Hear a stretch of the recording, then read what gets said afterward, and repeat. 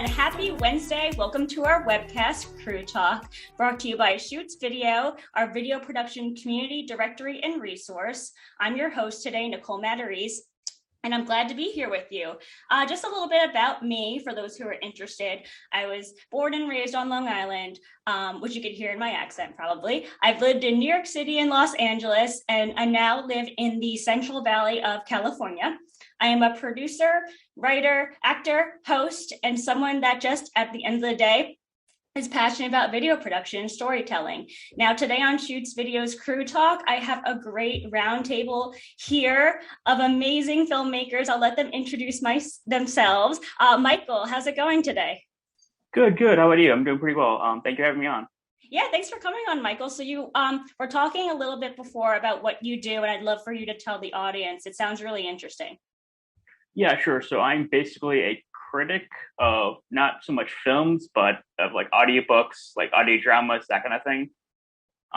The closest comparison I can make would basically be like the old time radio dramas, like like from the 40s and 30s, that kind of thing. So yeah, I basically read them. Doing that for about 10 years now. So very cool, nice. We'll have to talk more about that later, and you'll have to tell us where we could find you. Sure. Cool. So thanks so much, Zoe. How's it going today? Doing well. Thanks for having me on. Really looking forward to getting to know all of you guys and helping the community. As you said, my name's Zoe Esser. I'm based in Minneapolis, Minnesota. So, currently it's dark outside. But yeah, I am an associate producer and studio manager for a company called Current Resident. We're a production house in the cities, and we just have a grand old time doing anything from hand modeling to all the fun stuff as feature films, documentaries, all the great stuff. That's awesome. And I love your wreath in the background. I have to say, festive and happy. Love that. Thank you. So cool. Cool, Zoe. So Mark, how are you today? I'm doing great. Yeah, my name is Mark Elias. I'm an actor and writer, and then just by default of like doing indie films, I've become a producer. So I'm great. I'm from I grew up in Philadelphia, but I've been living in LA for too long now. I started out as an actor, built credits acting, and then transitioned into creating content from web series to short films to features. So I'm just cracking away at the next project and wrapping up the previous one. That's awesome. Good for you. That's great to hear. I'm also in California, as I mentioned before. I was in LA and I've moved just a few months ago. So Denise, how are you doing today? Tell us a little bit about yourself. Great, Nicole. Thank you so much for having me. My name is Denise Powers. I'm here in Phoenix, Arizona. I'm usually based in Paris, France, but I came in for the holidays to see family. I'm primarily a writer and director of fiction films. I've done 3 shorts. I'm working on the next couple projects, and I've got, cross your fingers, I'm negotiating to option a book to adapt it into a long feature film. And and I also do some other work on the side, like writing, producing, directing for various groups, including Blair. So nice. Oh, great to hear. So it's really nice to meet you all. Nice to all talk about the community and everything. So before we get into questions for each other and just get into our conversation, I do want to let the audience know that you could ask us questions right now. During the webcast, you could ask us questions whenever you like. Just go ahead and send it over in the chat or in the Q&A box, and we will do our best to answer your questions as we go in through the chat. So yeah, so Denise, I have a question for you actually starting off, because you mentioned that you are an independent filmmaker based out of Paris, France, and now your fiction shorts have been screened at over 50 festivals worldwide. Congratulations. You've produced and directed for various international NGOs. Can you tell us a little bit more about that? I'd like to hear about that a little bit more. Like I said, I've made my films in France, so it's a little bit different. I think it is in the United States. There's more of, since I didn't go to film school, I am very much kind of self-taught, and we do have a public financing system for short films that doesn't really exist in the United States. So there are ways to apply for grants. They're very competitive, but you can do it. And so it's a way to, to really kind of learn and develop and to grow, find your voice, develop as an artist, and learn, what you're doing. The work that I've done for NGOs, I did some shooting for Gauge ODI, which is kind of a think tank in the United Kingdom. And I went to Ethiopia for that, and that was a lot of fun. None of the circumstances were like I thought they would be before I showed up, and the people I was working with, the client didn't really know some of the things that I needed to have locked down before I got there. So a lot of surprises, a lot of improvisation. It was a lot of fun, but very challenging circumstances. Such is the world of independent filmmaking sometimes, I feel like, right? You could all probably relate, where sometimes it's like, oh, okay, we're thinking on our feet today this way. Like, like, Mark, I see you're smiling. Can you speak to that a little bit from your experience? I mean, I think I'm always a believer in that, like, a budget of restrictions, like, create really, they give you an opportunity to have a creative solution, I think it's kind of, I mean, I started out making 2 web series just to like boost my career, and it was like, you just had no money. So you're like, what's a way to make something funny that literally requires, the 2 of you in an apartment or something. And then I made my first short film that we shot on Hollywood Boulevard, which you need permits to shoot on. And we just found a way to steal shots in a way that seemed natural. And I mean, our budget was $500 for the entire thing. So wow, you just kind of, to me, it's like, I don't look at a budget and get freaked out. I've crowdfunded 2 features that both were made for $50,000. Congratulations.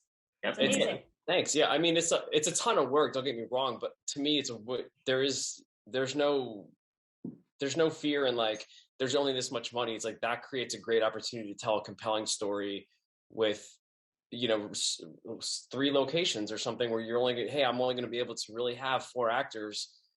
Actually, the script kind of gets better because it forces you to be more creative and like dive deeper into the characters and have the emotions drive the story instead of like these plot points or something.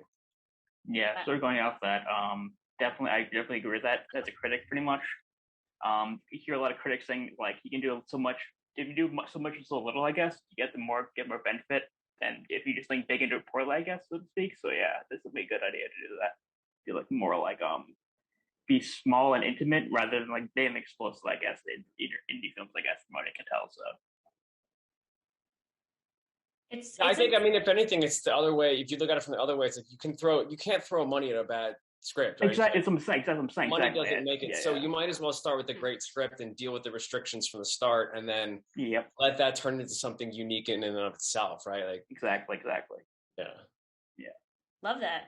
Great theories. Yeah. And it's interesting too, because as an independent, like I'm similar to you, Mark, where my background is acting and writing, and then I found myself producing as I gained more and more experience there, and especially over the past year or so with lockdown and things are different. It's like, okay, like I found myself needing to get creative in a different way or improvise with my art in a different way. I mean, including webcasts like this, right, where we're all still connected, just virtually.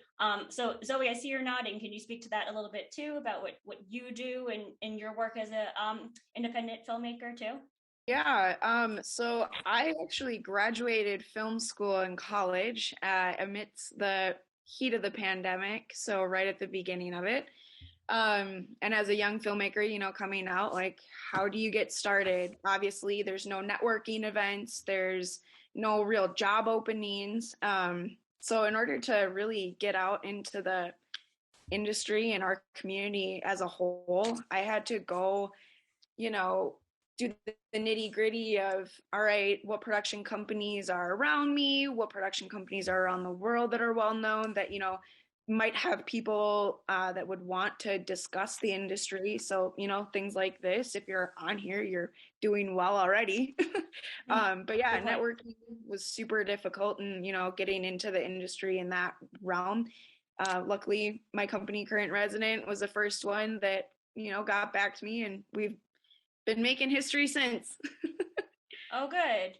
Well, that's great to hear. Do you mind if I ask you, Zoe, did you go to film school in Minneapolis? in the city that you're in? I didn't. Yeah, Okay. I did stay in the state. I went to Minneapolis, or not Minneapolis, my goodness, Minnesota State University, Moorhead. It's up by Fargo, North Dakota. Okay. So, yeah, right there on the border. Very nice. So what you said about how you graduated film school amongst COVID and in lockdown actually transitions well into our topic today of online news video, because what else are we all doing other than, Googling things about the industry and learning more? I found myself trying to pick up more hobbies. Like I've become more interested in film photography over the past few years. And I really am kind of a celluloid film nerd. So reading about digital, how we're kind of shifting digitally is interesting to me and all that stuff. Could any of you speak to sort of your experience with either finding work via online news sources or learning maybe a new skill or anything kind of to that?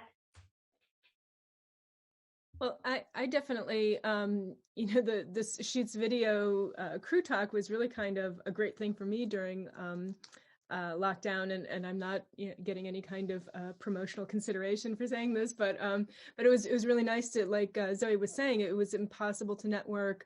I was kind of caught in a situation where it was between moves, and so I didn't have a place to go. I was kind of between continents, and it was just a real kind of lifesaver to have this here.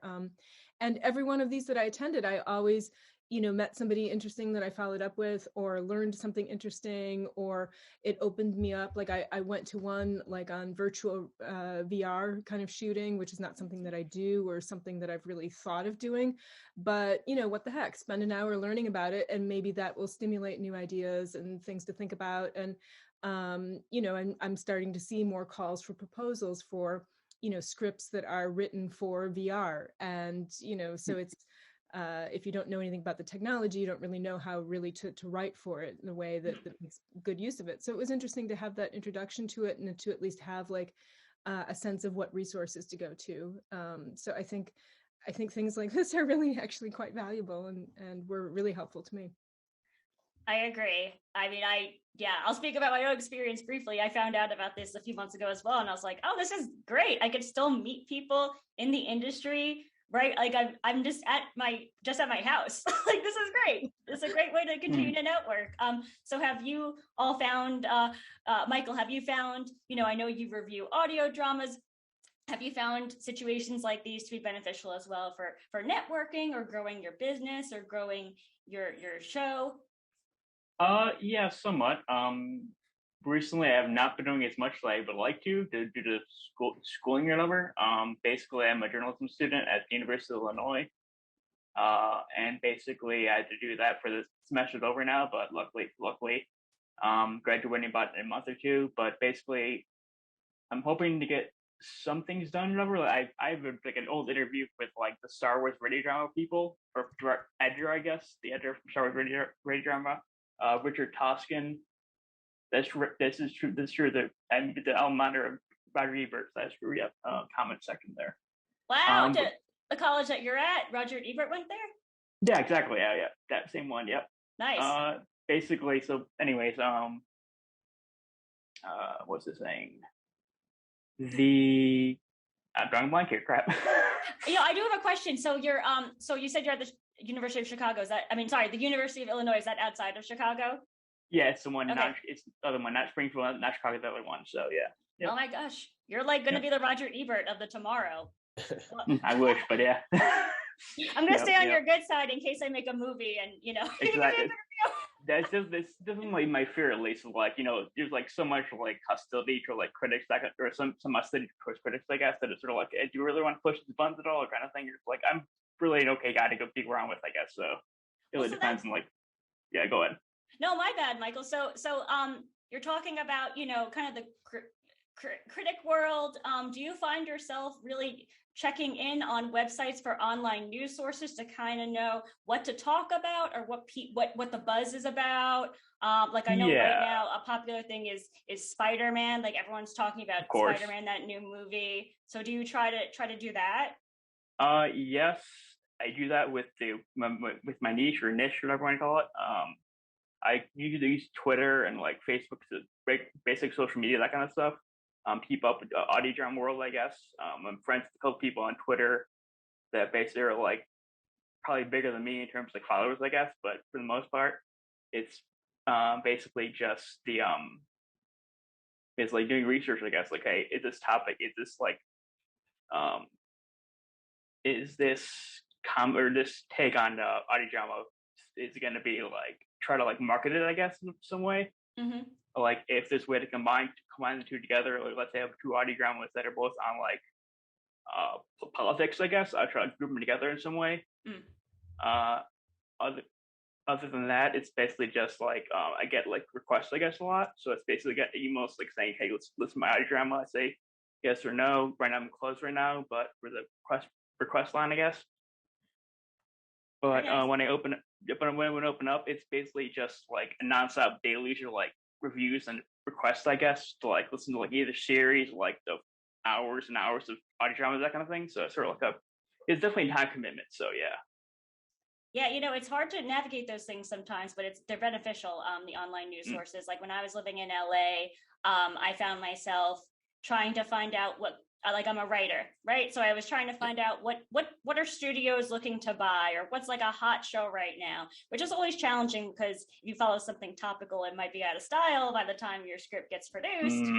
But it was beneficial to at least know, or like when an agent buys something like this or something like that. Mark, you're in Los Angeles. Could you speak to anything in that realm? Like looking, keeping an eye out on the LA sort of entertainment industry?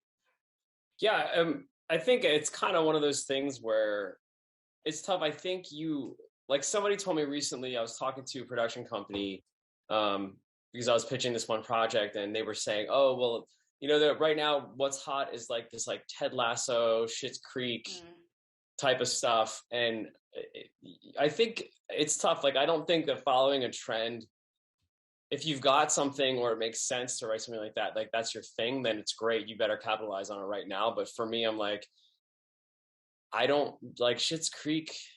I watched 4 seasons of it and I was like, it's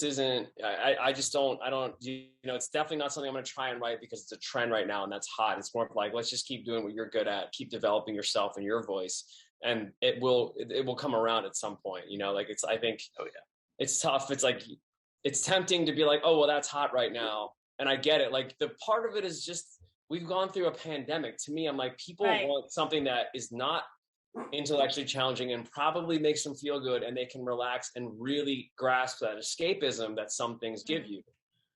I'm on board with that. Everybody here's gone through the pandemic, so we're all probably like, yes, I will definitely watch that. I don't care what it is, send it to me. I want to feel good. But that's just having your finger on the pulse of what's going on, and there's a year from now, there'll be something else that's happening and we're all going to sort of vibe off that. So some things I guess you just hold on to, and it's a great writing sample. And maybe if you hold on to it, somebody will buy it down the road. But for me, I'm like, I'm going to hitch my wagon more to the stuff that I know that I'm good at and I want to keep working on, because it is a long road. It'll take, I've been raising money for this current feature for 1.5 years now. Like, when the pandemic started, I was like, well, the show that I was on stopped filming. Nothing new was filming. There was no auditions. So I just started doing a rewrite and started reaching out to investors online and pitching them. And, so that's the only thing that I could do. And whatever the hot topic was then, it really didn't matter. I was like, I'm just going to keep writing what I want to do next. And so that's kind of where I just stayed on that path till today, where I'm at now. Nice. Nice. Well, staying true to yourself in this business too is absolutely, the thing to do too, right? Like what you said, like, who cares what's on trend right now? Write something because you care about it, because you like it. Denise, could you speak to a similar type of idea? I mean, you've been in film festivals worldwide. That's amazing. What's kind of your experience with like distributing or writing something that maybe the industry is looking for that's on trend, or maybe just sticking to something that you write because you like it? I would just say everything that Mark said, actually, because I mean, you can only be you, and everything just takes so long to get into production that if you try to capitalize on something that's cool now, it's going to be years before that comes up, and by that time everybody will have moved on to something else. So you really can't.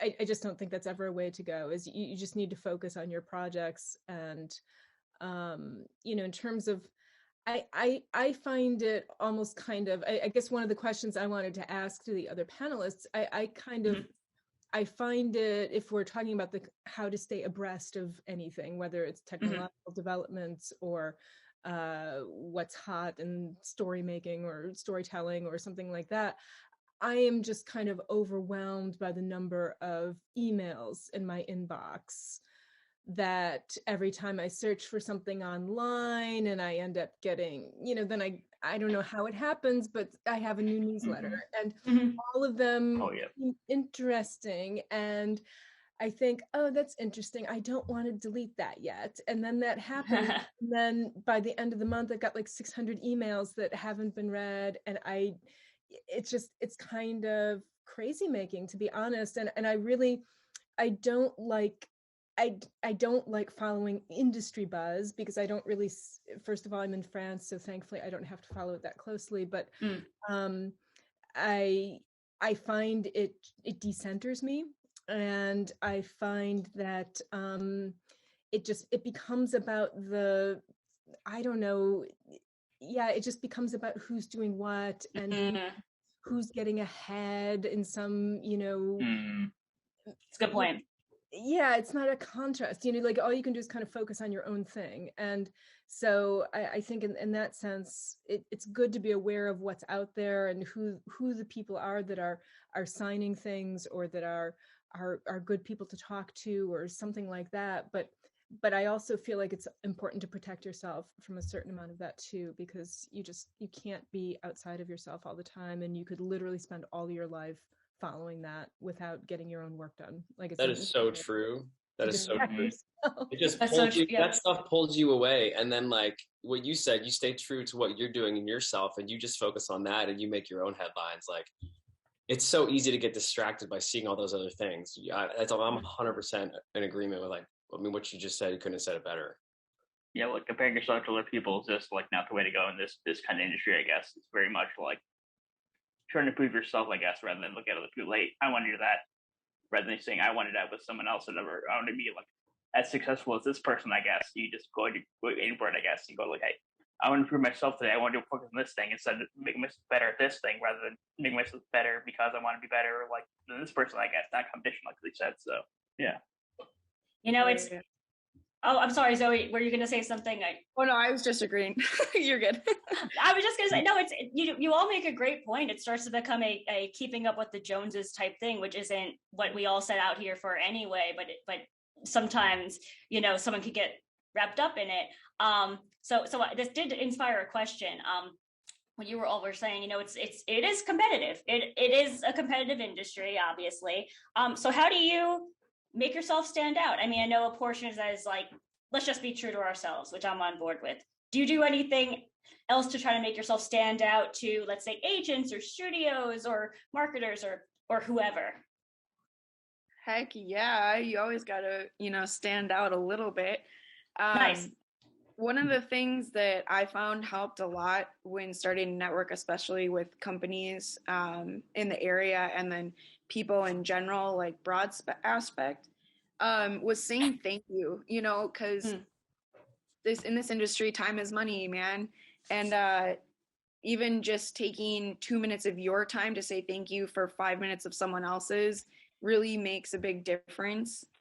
And, people appreciate it. And now myself, even being a producer and managing a studio and working with contractors on the daily, people just saying thank you in passing or even a quick email after the shoot has gone by means the world, and it'll get you the jobs continuing forward. Mm-hmm. I mean, if anything, sharing gratefulness is so rare in the business that look, like from that standpoint, totally true. Also, the other standpoint of like, if you're running a project, I'm sure Denise could say the same thing, but like running a project is like, or being number one on the call sheet is you set the tone, right? So, I mean, if I'm standing there saying, I'm grateful to everybody for being here today for this shoot, then that kind of trickles down. That's such a huge thing. It's a small thing. It doesn't cost you anything, but it changes the attitude, makes people want to, remember that they're there to create art. Yeah, I just think the other thing too is like I don't know if it's like trying to stand out as much as like do what you do best. Like I have an affinity for this sort of like Charlie Chaplin black and white world, and I made a short film where I played Chaplin, and it was like a black and white Chaplin film, and it played some festivals, and then 3 years later, it was like it got in front of David Fincher, who was casting his latest film where he needed a character to play Charlie Chaplin. And so stuff like that, you just don't know. Nice. But do the things that you do best, and that will come to light at some point. You just can't expect immediate gratification. That's a good point. It takes time. It really does. Something I'm sure you all could kind of speak to. You know, it takes some time to, get there. Everything. Yeah. And just, it's always a longer road than you think it's going to be, and things pay off or don't pay off in ways that you wouldn't think so. I mean, I just kind of returned to live networking events in the fall. Oh, nice. Cool. And is that happening in the States yet or not? Well, I'm not sure as of recently. I won't get into that, but I'm not sure. Let's leave it at that. No, and for me, like, networking in France is really kind of complicated because people don't do it. Like it's like, I mean, one thing that I noticed when I was in LA is if you just kind of stand somewhere, people will eventually talk to you. And if you stand and you look like you own the place, people think you do, like people are very sensitive to like power dynamics. And if you just like stand there like confidence, it's like a magnet. It's really funny. And that does not work in France at all. And so, I finally screwed up my courage last week, and went and introduced myself to somebody, said, I really loved your project. I thought, she was doing a pitch for a project. I said, yeah, I think you were right on top of it. It was great. And, you're bringing up issues that nobody's talking about. I really, really hope that it gets funding. And she's like, oh, okay, thanks. Well, have a nice day. And then she just like, thanks for nothing. Yeah. See ya. Have a good life. I was like, okay, well, that got off to a good start. It's just, oh my gosh. And it was not, I wasn't looking for anything from her. It was just more of a like, hi, I think you're doing really interesting work. And to me, if somebody comes up to me and says, hey, I think you're doing really interesting work, like I want to talk to that person because I mean, I think you approach somebody genuinely like that, and that's not 9 times out of 10 that people will actually appreciate it. Getting blown off like that is such like that's like so, But it happens, and that's the kind of thing that, maybe a few years ago would have just kind of like sent me home, and, so I had to kind of, get up the courage to, contact people who were actually producers, this was just like kind of more of a, colleague to colleague kind of thing. But this, then I was talking to some producers, and since then have followed up with emails, and out of all of those, 2 people responded to say that they had received my email, and the other ones didn't respond at all. So it's a lot of work and a lot of rejection and a lot of it's a lot of not fun sometimes. Denise, I am curious, what brought you to Paris? So you're from the States originally. What made you decide to go there as opposed to like LA or New York, or what led you to Paris? I wanted to kind of change my life. And so I had just gotten Italian citizenship. So I wanted to live in Europe. And so I picked France. And it was in France that I started making films. So all of my experience really is there. So I didn't really think about going to LA when I made the move because I wasn't into that at that point. But okay. Okay. Yeah, that makes sense. Zoe, how about you? What led you to Minneapolis? I think you mentioned you're from that area, or maybe I'm misremembering, but can you tell us what led you to where you are? I was born and raised in St. Paul, so technically we're known as the Twin Cities, St. Paul and Minneapolis. We kind of hold hands over the river. But I grew up here and decided, instead of staying in North Dakota where it was more of an advertising commercial base, that I wanted to move to Minneapolis where there was a little bit more of a creative aspect to film, especially now since we have our tax act and can take measures using that, which is great. But yeah, since I've gotten here, there have been a lot of opportunities from, both the advertising side, the short narrative. Didn't even know music videos were really a thing, but they're huge here in the cities and I love them. They're short narratives that you can, get really creative with in terms of lighting and cinematography and let contractors take the reins. And it's super cool to see what they come up with. I'm unfamiliar with the Tax Act. Is that related to film in Minneapolis? No, it's just like, how LA, they give you a percentage of tax back on any of your projects, or, like New York or anything like that. Minneapolis and Minnesota, as a state, they didn't really have one. Okay, I see. It was minuscule. But yeah, so our legislator just passed all of the fun stuff for a higher bid, which is great. That is great. I can see a lot of people maybe going towards Minneapolis over the next few years, like kind of how Atlanta became the spot, It's interesting. Yeah, interesting how parts of the country are just becoming new hubs for filmmaking. It's really interesting to see. For sure. So Mark, what you might have mentioned before, what brought you to Los Angeles? You're from Philly originally. Of course, it's acting and everything, but what made you decide LA is the city I want to pursue this in? It's kind of a crazy story. I mean, I didn't really know. Like, I think generally growing up in Philadelphia, you kind of play sports and nobody knows you can do other things. Yeah, I know what you mean. And I was I was originally creative oriented and enjoyed writing as a kid and got into graphic design because it seemed like a visual sort of medium where you could make money. And, I had seen as a kid, I saw Good Will Hunting and was like, God, what a great movie. Like I can that's a role that I very much identify with, and saw a lot of James Dean stuff and started giving myself a film history of Dustin Hoffman was amazingly different in all these roles that he was playing when he was younger. And so I kind of always knew that. And then I thought, maybe movie title sequences would be fun to get into, but interesting. I had a friend that had moved to Santa Monica. And so I left school and was like, I'm going to go just see what LA is like. And got a job. And then I just started studying acting at a couple, a reputable playhouse. And started learning. I didn't know anybody here. So I didn't know what a headshot was. I didn't know what auditions would be like. And so I had to start, I did short films. I did student films. I tried networking and some of those really bad networking things that they tell you should go to, and they're never always just a bunch of actors. I mean, you just learn. It's just you fail. Just go ahead and keep failing, and then you sort of get in the door in TV shows, and then then I got on a big Fox show about 2 years ago, and so that was kind of a big stepping stone. But in the meantime, it was a decade of okay, you can do your own stuff. So I made 2 web series, made a short, I crowdfunded 2 features, and then now it's fundraising actual money to make an actual feature. So it's this whole progression for me that was starting from day one of this is what I think I want to do. I got to figure it out, Yeah. Wow. Sounds really fulfilling. I mean, now you're fundraising for a feature film. I mean, in layman's terms, my question is, what's that like?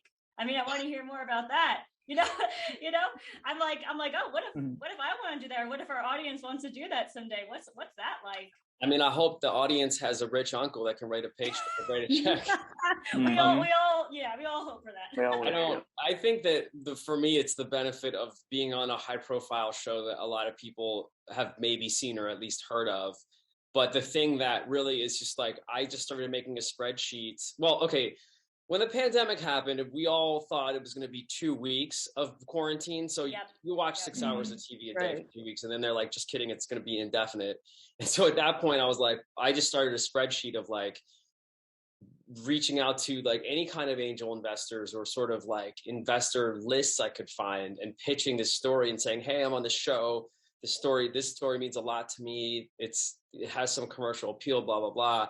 And I just kept going, and I just started doing almost 100 a day. And so that, it's been almost a year and a half of me pitching, reaching out to people to pitch. And then I got on a Zoom with them and I tell them, hey, this is what the plan is. These are the pitfalls, these are the risks, but we're going to do this. And then they either say yes or no. And then you kind of stack it up and you go, okay, well, now I'm almost at this number. And then, as we mentioned with Minnesota, every state has tax incentives except for California pretty much.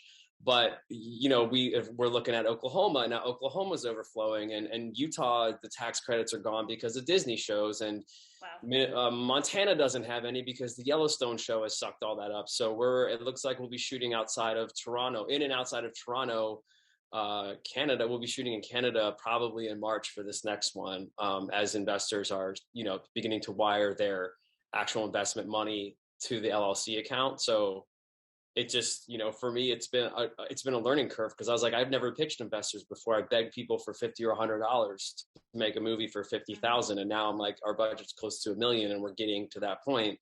It's been a huge learning curve, because a year and a half ago, I didn't know how to get on a Zoom and pitch anybody anything. I'm like, I'm an actor, Yeah. Oh my gosh. Well, this is great knowledge, because it's certainly things I did not know, and maybe our audience didn't know. I know, Denise, you've been, like, I keep bringing up the film festival circuit. I'm so impressed that you've done so worldwide. Have you gone through a similar process as Mark? Is yours a little bit different? What's kind of your story with getting your movies made? Well, I came out of what's known as the Kino movement, which isn't really very well known in the United States, but it's pretty strong in Canada and Europe. And the motto of that, which I'm probably going to get wrong, but it's do well with nothing, do better with a little, but the most important thing is to do it now. So make your film now. So the budget for my first film was €7. And that was to buy a packet of cigarettes. And the second film, was shot over a weekend, and that budget was about €500, I think. Nice. And then the one that's right, in fact, has a screening tonight in Brazil, of all places. Awesome. Yeah. That was a little bit more expensive, just because that was a cast and crew of like 50 people.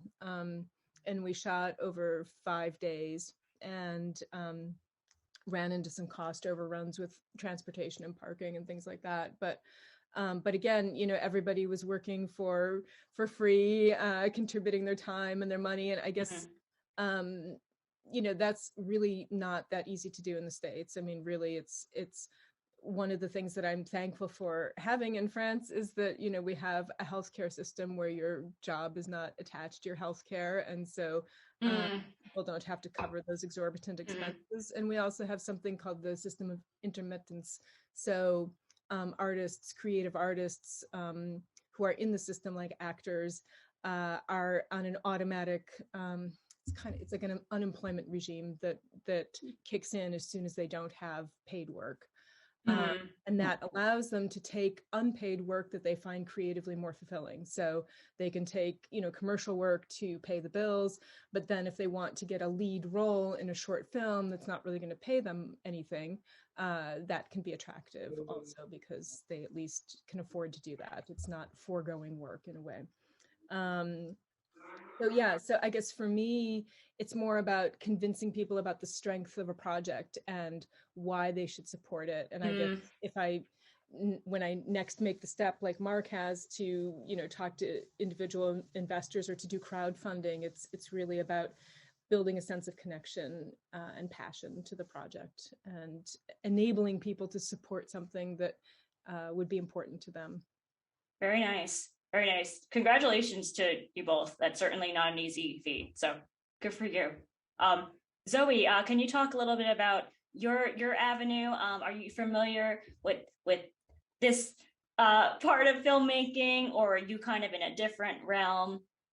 I know you just graduated film school, so you're early. Yeah, but I'm a little bit of both.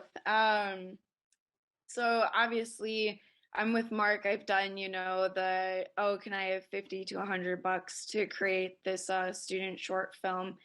And to touch on your love of actual physical filmmaking with non-digital, but cutting and splicing all of it together. In class, we actually had to make a short film with actual 18 millimeter. It was great. I learned a lot, lots of digital respect after that. Yeah, right. But the funding for that was crazy expensive because, you have to get it processed and everything like that. So not only asking friends and family, but like surrounding businesses and, starting to reach out like that. And now obviously as, an associate producer, mainly we have people coming to us for things to help fund them, which has been super cool. So I've done I think one music video that was a week-long shoot up till 3 a.m, everyone donating their time. Super amazing work that's going to be coming out. And then a short film as well that we did that's a screen adaptation that we had a writer from LA come and ask us if, with his director friend, if we wanted to help fund it and get it off the ground so they could pitch it to some studios and stuff out in LA. So small projects like that are amazing. And, the funding obviously now on the other end is super great because I get to vet scripts and, help my community in terms of, making their dreams come true. So it's awesome. And I mean, for writers like Mark and Denise, just keep writing, keep submitting. Mm-hmm. They're going to get picked up at some point because you're amazing individuals. And I mean, you're going to learn the more you do it. That's awesome. That's great to hear. So Michael, I know your avenue is a bit different than Mark's, Zoe's, and Denise's. First of all, I hope you write us all great reviews one day after hearing all of us talk about this stuff. And my question for you is, does this relate to your expertise as a critic, and kind of how you research things online and things like that? I'm trying to think how to answer the question now. What do you mean by that? I guess. What do you mean? I guess. Yeah. What do you mean? I guess I don't mean to stump you here or anything, but as an audio drama, you're building your brand as a critic. I'm not sure if you look for investors, sort of for a show you have, or your critics, or if you're looking to distribute it to a large market. I would like to kind of just hear your experience about growing your brand. Yeah, sure. Basically, it's definitely a numbers game, as we've probably been hinting at a lot recently. Basically, I have some sponsors, I guess. I've had sponsors in the past from a podcast. Nice. One of them was another podcast from the woman who did Game of Thrones, some star character, I guess. She did a podcast over Maisie Williams. That's Maisie Williams. That was the actress's name. Oh, that's awesome. So basically, really she did a definitely. So basically, I pointed her podcast for about a month or so, or whatever. Got a few couple bucks, not very much or whatever, but still, it's better than nothing, I guess. Basically, it's just putting yourself out there, like we were saying, numbers game. You get rejected more often than you get accepted, I guess. And so that's pretty much the same as that's pretty much the universal thing in terms of the industry, whether you're a critic, whether you're a producer, whether you're a writer, I guess. So yeah. Awesome. So we're going to wrap up soon enough here. I want to remind our audience that you could ask questions if you'd like. Feel free to ask in the chat or a Q&A. I do want to ask you all, our panelists and wonderful guests today, if you guys have any questions for me, for each other, now would be a great time to go ahead and get those out there.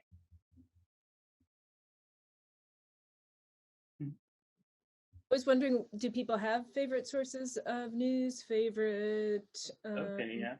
Yeah. People Magazine? No, I'm kidding. Well, kind of. Kind of. Or I could share mine. I do like I do like No Film School. I like No Film School for a bunch of reasons. They break down things that we've seen, like how it was done. It's just kind of a nice combination of gear, but also visual storytelling, right? And since, like I said, since I didn't go to film school, that's my film school kind of, and also I rely a lot on Sundance, the Lab Institute, I think has some really, really good stuff. And they have excellent master classes also, and many of them are free. Good to know. Oh, good to know. Yeah. Really good to know. Huh. Yeah, I love Shoots Video, love Blair Media. Red Shark News is another good one. As far as just like news on what's going on in the industry, I do like Entertainment Weekly. I do. So those are my favorites. Yes, those are good ones too. Creative Cow, No Film School, Reddit, Student Filmmakers. I mean, I find myself on Twitter a lot, kind of just looking for the latest news out there. So Super intimidated by Reddit. It's a lot. I mean, is it age thing? I think I'm the wrong demographic or something. I just like, I hear about these people that like Reddit is their go-to thing, and I'm just like, it terrifies me. Every time I see something on Reddit, I'm like, oh. I get it. I think it's more if you want to dive into like a group chat or something, right? Like, isn't it that more like that? I don't know. I'm on board with you. No Film School is great. The Sundance collab thing is great. I occasionally will scroll through Deadline or Variety just because I'm like, let's just make sure I'm not missing anything huge. But my day generally starts with the creative. So if I wake up and sit down and can write or work on some acting material that's really relevant to me, that's like that's the most important thing is the creativity. I think you have to honor your creative juices. And so I kind of, if I don't, then I don't, but I usually start the day that way and then get into the news a little bit later when it's time for a break. Right. Mm-hmm. Yeah, I'm on board with that. What is student filmmakers? Can someone talk about that? I'm sorry, what was your question? What is student filmmakers? I believe that's another resource. I'm not too familiar with it. It was just came in from the audience, but I believe it's another resource of how to find online news about the industry. Yeah, I liked Creative Cow for a while. I haven't used it recently for some reason. It's another one of those things in my inbox that drives me crazy. That I don't want to subscribe. Like I don't want to hit unsubscribe because I've found them really useful, but I just find it kind of overwhelming. And I like also, I haven't taken one in a while, but Linda with a Y LinkedIn thing, yeah. Good classes if you're looking to, like I usually look for these things when I'm editing something, and I often have a lot of time elapse in between editing projects, and so I forget a lot of stuff and I need to like brush up and see some tutorials and things like that. And so Creative Cow is good for those really like, how do I get this audio file translated into some other version so that I can use it in this other film editing program, and things like that. I'm really super good with that kind of thing, and I think Linda's good for that too. I agree. I'm laughing to myself because before what you said about Reddit is exactly how I talk about TikTok. I don't know if any of you are on there, but I'm like, what is all of this? But I know that's like all the rage as far as like every topic goes. So I'm sure I would get on there, be like, I like filmmaking, and then the algorithm would recommend all these wonderful things to me. But I haven't been able to get on TikTok, so that's my cross to bear. If you're gonna go on TikTok, I mean, my advice is like buckle up because you're gonna go down a rabbit hole because you just keep swiping and you're like, wait, what? And then you just keep going, and you look up and you're like, that's an hour. That's an hour. That's an hour I could have been writing. Facebook, exactly. Yep. I'm like, so yeah, I don't know, Mark. I don't know if I'm with you. I don't know if I have the time for that, or if I'm ready for that. Like I use Twitter and Instagram so much already. I'm like, do I need another thing? Oh, and there is a question from the audience here for Denise. Do you use Avid or Premiere Pro to edit, or another program? And if anyone wants to jump in and answer this question too, feel free to go for it. Hi, Charlie. Thanks for your question. I do not use Avid. I know it used to be the industry standard, certainly in television. I don't know if it still is. It probably still is. Maybe Zoe knows. And, I don't use Premiere Pro just because the license for the Adobe, the Creative Cloud, is pretty expensive. So I got into Final Cut Pro a while ago, and I've stuck with that. But, I'm now making the transition to DaVinci Tools. Oh. which any of you who are looking to get into doing your own editing, it's really quite a powerful program. That's good to know. Even it is. the It really is. free stuff is really nice.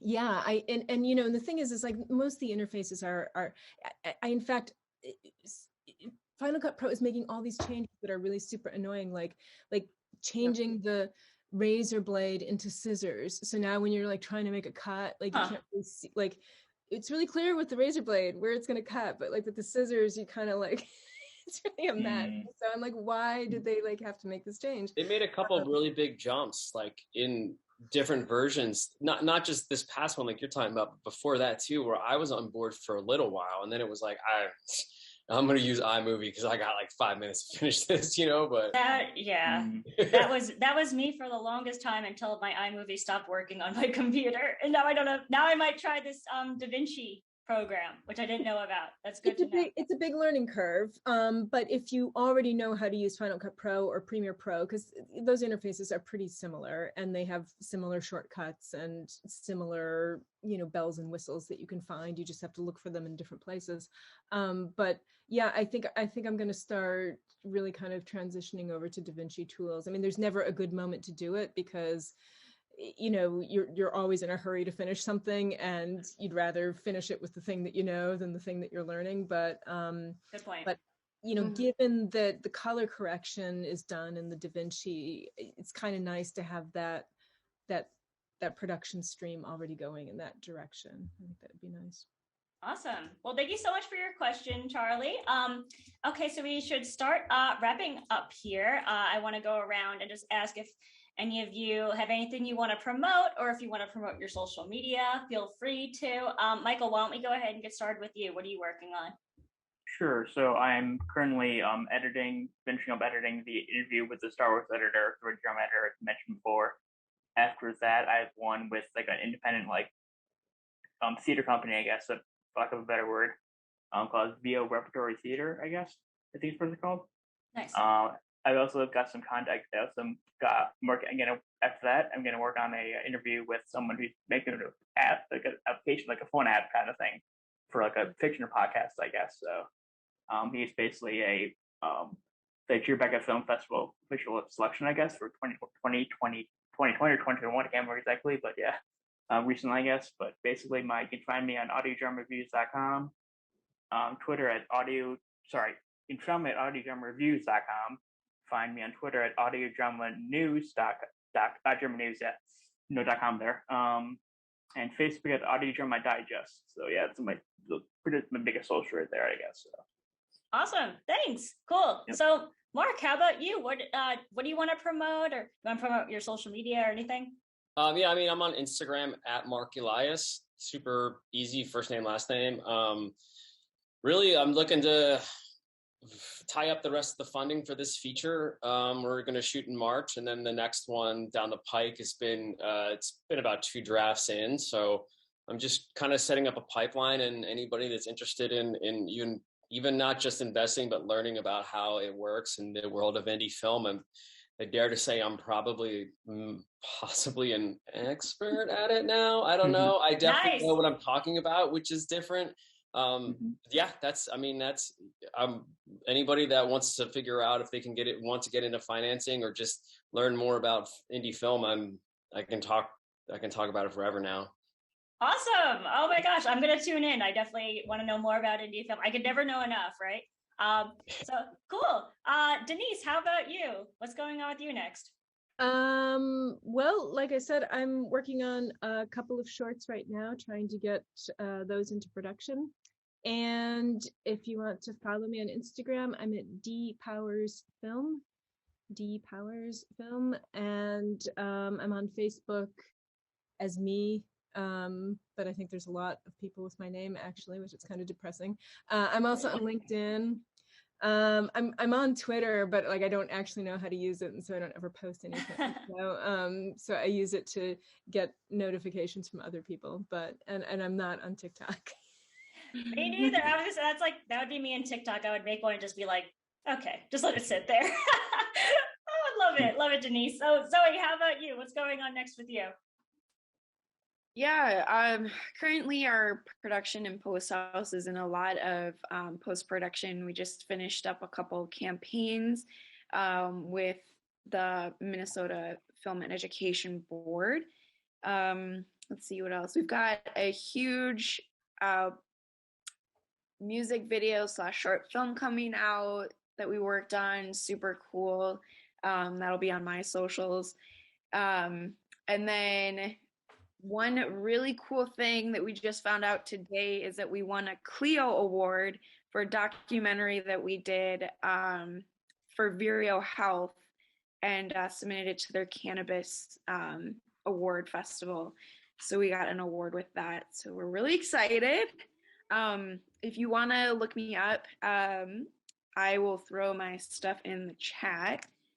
My name, title, everything, but my website would be currentresident.tv, and then contact email is below or in the chat. My socials, it's just my name, Zoe Esser. I'm a really simple person. Nice. Oh, I love it, you guys. I hope you all are become super famous after this or somewhere. So thank you all so much for coming on the show. I'm your host today, Nicole Matarese. Thank you so much to everyone that tuned in. You could follow Shoot's video on any social media you'd like, YouTube, Twitter, Facebook, whatever. We'll see you next time. I'm from Blair Media, host, producer, and I'd like to thank the wonderful guests so much for coming on the show. Thank you, everyone, so much. Thank you so much. Thank you, Nicole, for facilitating. Yes, thank you. It was my pleasure. My pleasure. You might be looking at Shoot Stop Video and thinking, so how does this all work? Is this about A, setting up the whole crew for me? B, just giving me options and having me handle it? Or C, something in between? Well, it's D, all of the above. To put it simply, we're here to help you in any way that we can to get the crew and talent you need for your next production. We believe that every level of video production can benefit from a well-maintained list of qualified crew members for every position. This goes for pre-pro, on-set, and for post. Every project is different, so if you need a producer to help manage the decision-making process, then we can totally do that. If you're already a producer and want to build your own crew from scratch, then go for it. We're here to make your next production a success. And if you are crew or talent looking for producers that want you, then you've come to the right place. Sign up now, and also leave a referral for any solid people that you know that are already on here. Thank you for considering Shoot Stop Video, and happy shooting!